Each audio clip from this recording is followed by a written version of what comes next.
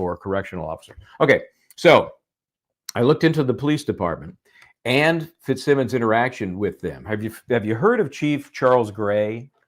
No. He's the chief. He runs the police department there. Does he have an email? Does he have an email? Yeah, well, I'm sure he does. Please, if he has an email, Missy, Missy, find it. Look his email up. Hi, Kat Not Williams. You're another creator. You've got a real loud voice. You have many more people and subscribers than us.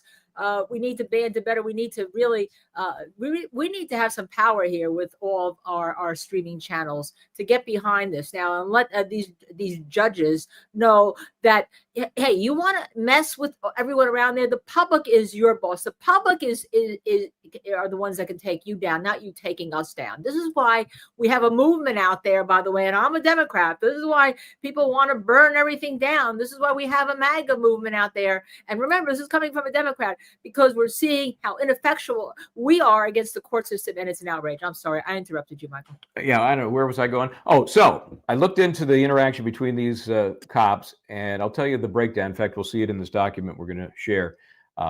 Let's just say there aren't a lot of women in the North Andover Police Department, okay? And that has led to a couple of lawsuits against Police Chief Charles Gray. He became the chief in 2016, but he was there as a lieutenant. He's come up through the ranks, as it were. So we'll look at in detail this one lawsuit, not the Kelsey Fitzsimmons lawsuit. And when we get to the end, bear with me here, when we get to the end of this story, you'll start to wonder how some of the things happened as they did, how the timing rolled out as it did in terms of Kelsey Fitzsimmons being stripped of her badge and gun and then being given back her badge and gun just days before she was shot and just days before she was going to go back to work. Some things were happening that were very interesting and perhaps shed some light on the motive for what's going on, not just at the local court level, but at the Supreme Judicial Court level. This is Catherine Gerke. She's the plaintiff in a case against Charles Gray, okay? Basically, she is a cop, had been there for a number of years, and I'm going to get to the highlighted points here. Basically, no, you take your time, because all I'm thinking of already is Missy, call Miss Gerke and her attorney. I'll get Gerke. During much of her 17 years working for, she's a 50-year-old woman. During her 17 years working for the North Andover Police Department, she'd been subjected to a pattern and practice of sexual harassment, retaliation, and gender discrimination, which has been primarily perpetrated by members of the town and police department, including, but not limited to, defendant Chief Gray. So she comes into the department when he's only a lieutenant, way back then. The breakdown then, look at paragraph 6 here. The ratio of male officers to female, 40-3 in the North Andover Police Department, okay? So, and now that would be one less. This was filed in, ironically, the 11th, which was what, 4 days ago, would have been the 3-year anniversary of this being filed. So there's a bit of a history going on here, even before the more recent lawsuit was filed. So what did that pattern of discrimination look like? Paragraph 15, during her tenure as SRO, we know that's a school resource officer, right? She was originally sent to the school resource officer role. And she starts observing, she starts seeing things that she thinks can be done better. Plaintiff complained to then Lieutenant Gray, now Chief Gray, that the department should bifurcate these positions and assign a separate officer responsible for the firearms officer and the court officer positions so that the SRO can focus on the significant issues surrounding the schools and the students. Just her observation from being there, just a recommendation based on that. Plaintiff's recommendation to Defendant Gray was not well received. Defendant Gray refused to acknowledge plaintiff's request, and as a result, plaintiff resigned from the SRO position. Now, she's still in the police department, but she resigned from that role. Immediately after plaintiff's resignation, then Chief Gallagher, the one who predated Chief Gray, and Defendant Gray instituted a separate position for firearms officer and court officer so that the new SRO was no longer responsible. Hey, what a great idea. It's an amazing idea that he came up with just off the top of his head. Plaintiff was subsequently never promoted to detective and avers that the failure to promote her to detective was retaliatory and done as a consequence of expressing her dissatisfaction with defendant's decision-making. I'm sure she went off when she heard them implement the idea she told them about and was pooped on when she provided that recommendation. February 2018, the female animal office control officer, Marie P., was forced to resign by the department. Unclear as to why that happened. Shortly after her departure, a male officer placed a label on the paper shredding machine located in the dispatch area with the name Marie on it. That's the female animal control officer. This was done with the intention of comparing the female officer to trash. This discriminatory act was condoned and tacitly approved by the defendant, Chief Gray. As recently as May of 2022, that would have been about 6 months before this was filed, Sergeant Michael Davis and other male staff members still refer to the paper shredder as Marie. Are you starting to get a sense of the male? Yeah, we're getting a sense, right? We've handled a number of these cases. We're getting a sense. Let's keep going. Let's listen more about this department. Specifically, plaintiff informed the HR director that an officer had stacked 2 large tables directly in front of the basement elevator, barricading any individual from exiting the elevator. The prank was condoned by Chief Gray and ultimately led to another officer exiting the elevator and twisting his knee as he ran into the tables. Well, at least the prank was apparently equal opportunity. Men and women could get in trouble from that. Sergeant Gerke raised her concern, she's the plaintiff, to the HR department that the chief was also performing pranks within the department that were unprofessional. These pranks include, but are not limited to, on multiple occasions, adding salt into officers' coffee and moving officers' personal vehicles from the parking lot to remote locations. Are we in grade school? Plaintiff stated these pranks were causing other officers to model their behavior after that of Chief Gray. Despite her legitimate concerns, no remedial action was taken by the town of North Andover to address the ongoing behavior. So it sounds like a frat house, right? You know? Mm-hmm. In April 2019, plaintiff objected to and raised concerns to Chief Gray and Administrative Director Jonathan Bonanno regarding the condition of the police department's women's locker room. Plaintiff personally emailed Chief Gray and Mr. Bonanno photographs taken of the women's locker room. Incredibly, these photographs depicted significant areas of existing mold and actual mushrooms that were growing in various areas of the women's locker room. No similar condition of mold or mushrooms were present in the men's locker room.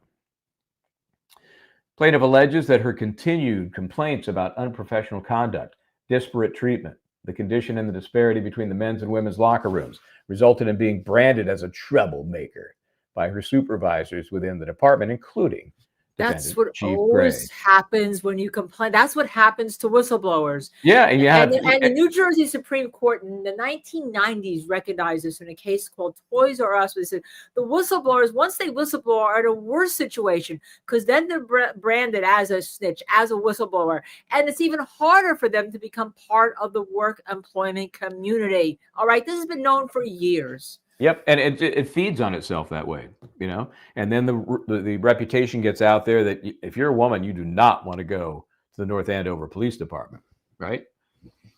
Let's see. Specifically, plaintiff raised several concerns and objections that women within the department were afforded fewer opportunities for training and appointments to specialty roles. You're going to see a very good example of that coming up. The plaintiff pointed to the ratio of male officers to females and alleged that within the department, women officers were treated as inferior to and or less than her male counterparts. Plaintiff reported and objected to the fact that the department did not have a critical incident stress management policy, which was placing North Andover's officers' safety and mental health at risk. Again, we have the plaintiff, the sergeant, with a suggestion about how to make the operation better. During the interview, the plaintiff also identified several critical incidents where North Andover officers were not properly supported and provided necessary counseling. And I'm thinking specifically about the incident when Officer Noonan and Officer Fitzsimmons went to the murder-suicide of that young mother, right? You think you need some counseling after something like that? Would you think? No. Plaintiff stated that Chief Gray had previously questioned plaintiff on multiple occasions, reading plaintiff's decision making to send prisoners to hospitals to receive medical care, basically concerned that the prisoners might actually need medical attention. Plaintiff stated that Chief Gray routinely questioned plaintiff's decisions to send prisoners to hospital because they were junkies. In February of 2021, another North Andover female animal control officer resigned as a result of the desperate treatment she was experiencing, including disparate treatment. It probably is desperate too. Probably desperate too. Imagine how bad it has to be that your animal control officers, 2 of them, have to resign their position.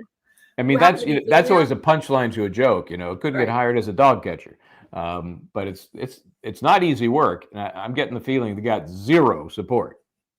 The disparate treatment she was experiencing, including but not limited to being compensated less than her male counterparts.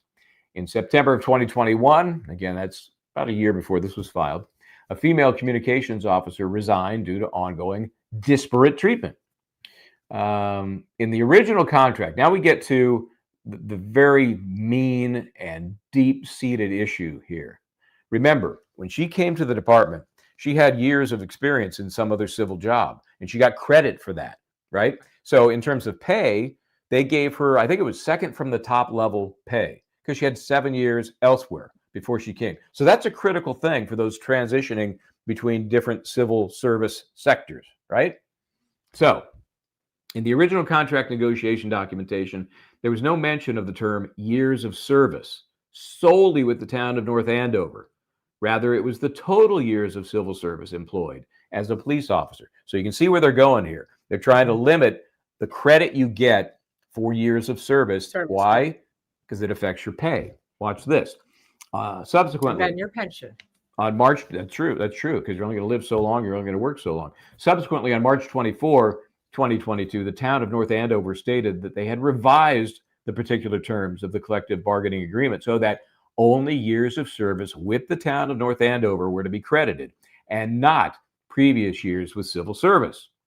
The plaintiff was the only North Andover superior officer who had prior years of service with the town of Hingham, my friends from Hingham, and who would be adversely affected by this change in language. So it just looks like they're targeting her, as she's the only one to be affected. The plaintiff avers that her exclusion from this employment benefit was retaliatory, discriminatory, and purposefully done to financially exclude plaintiff from this benefit as a result of her ongoing complaints and objections regarding Chief Gray and the operations of the police department. Now, I'm a little confused because in 74, she says, paragraph 74, at the same time, a similarly situated male patrol officer, but I thought she was the only one affected. Okay. A similarly situated male patrol officer with prior years of civil service identical to the plaintiff was approved by defendants to have his previous years of civil service time credited for purposes of computing his salary and other employment benefits. So they created the rule, then let a guy have an exception from the rule so that he wouldn't be punished by the new rule. Did they do that for her? No, they did not do that. Plaintiff alleges that the actions by Chief Gray and other employees of the defendant town of North Andover, as fully identified above, are and were designed and intended to discriminate and retaliate against her based on her gender, as one of only 3 sworn female members of the North Andover Police Department. Chief Gray has made previous comments to plaintiff regarding female officers who filed complaints. Well, what does that tell you right there? There's a history of female officers filing complaints, and his belief that they are, quote, setting themselves up for a payday, end quote. Defendant Gray's comments were implying that the reason females file complaints is to be compensated from a lawsuit. This guy sounds like a peach. What a dick. So this is one of the lawsuits filed, and it's got whistleblowing on it. And it's got civil rights violations. It's got intentional and negligent infliction of emotional distress. Who's the attorney? Let's go to the attorney. I want to see who the attorney is. This is I was hoping it would say Tim Bradle, but and I want to go. It's Tim. It's Timothy Burke. Timothy Burke. He's in Needham, Massachusetts. Missy, you see that? Screenshot that, or Michael has it obviously. And our plaintiff's name again. Let's give her credit for filing. This is the having done a lot of sexual harassment. Catherine Gerke. Yep. Okay. Let's find Miss Gerke. Let's call her attorney. Let's see whether they or she or he will come on the air with us. Now, they may have settled this case. Maybe they're in the process of settling this case. Maybe now. Maybe now and all. And then you've had other. This is others that you have too. We see that there's others in there, right? And the reason I'm highlighting this one is because it was available. Others have not been available because they've been resolved. So guess who else filed a suit? Well, before you go on that, Missy, with when you call the attorney, Tim too, you can ask him, because in discovery he will have all those other lawsuits. Perhaps we can get them, because many of the lawsuits previously required non-disclosure agreements. But really, quite frankly, it's illegal to have a non-disclosure agreement when you're paying money out to somebody in a public policy situation when you're a government. And now it's illegal actually to have it in most situations unless the plaintiff specifically asks for it, at least certainly in our state, and certainly the feds have required that. So let's see. Lisa where we Davey, with an observation, Lisa Davey 5282, as a chief, he sounds like an ass clown. Okay, all right, I can't disagree. So you were about to say something. So I was about to say that one other person who filed a similar lawsuit was Kelsey Fitzsimmons. Right. And you'll never guess what happened to that lawsuit. It's been settled for her to get her job back. Exactly. It was settled within days of her getting her gun and her badge and her day on the schedule. Remember, she was going back to work July 4th. Right. And in the interim, on June 30th, this horrible incident took place. So, and that probably it may have a different attorney, may have a civil attorney, and they may not be willing to talk about it because now it could affect this case. Right? That is true. That is true. So it just gives you a sense of maybe, well, not just the history of that department, but man, anybody going in there, you got to be prepared. This is what it's like. But also the motivation for everything that's taking place in this case to shut her up, right? We'll settle this, put her back on the job, just shut the hell up.